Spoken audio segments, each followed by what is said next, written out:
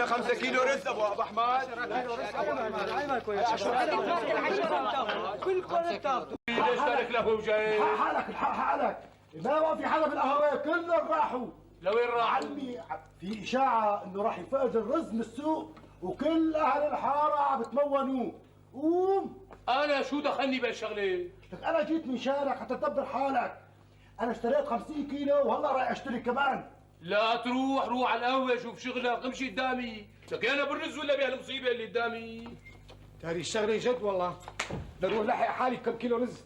ايه سيدي؟ ايه سيدي؟ ان شاء الله مأكول الهنا. الله يهنيك. شوف يعني شوف النصيب. ايوه ب3 ليرات الكيلو هديك الساعة ما رضيت بيع، مشان تاكلون انت. يا سيدي انا احق فيهم بابا. سبحان الله. وهي 40 ليره حقون. معوضين. حملني اياهم والله زكاتها. شيل. يلا. يا ميسر. مسكين بيكون مات من رقبته، لك ما بقي بقلبه ولا رزق. اسمع عم يقول ما بقي ولا رزق بالبلد. معك حق والله معك حق. خاطرك بابا. مع السلامة. يا ميسر. لك عبدو نعم. تعال هون دير بالك على الحمام، رايح مشوار انا. وين رايح؟ لك خايف تكون الإشاعة مضبوطة، رايح دبر حالي بكم كيلو رز. اعطينا 5 كيلو رز ابو احمد. كيلو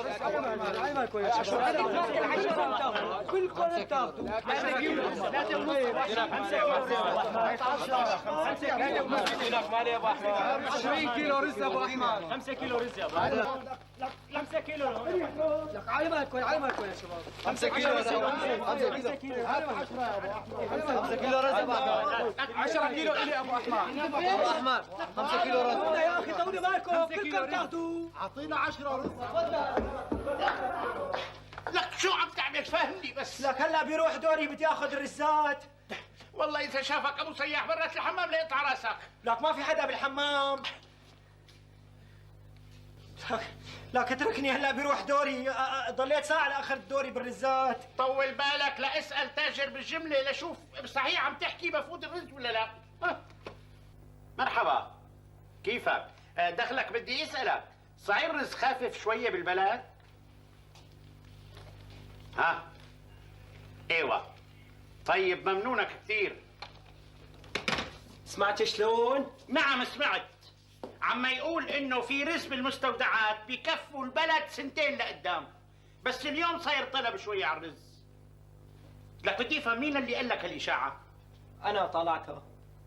واذا انت طالعتها وبتعرفها كذبه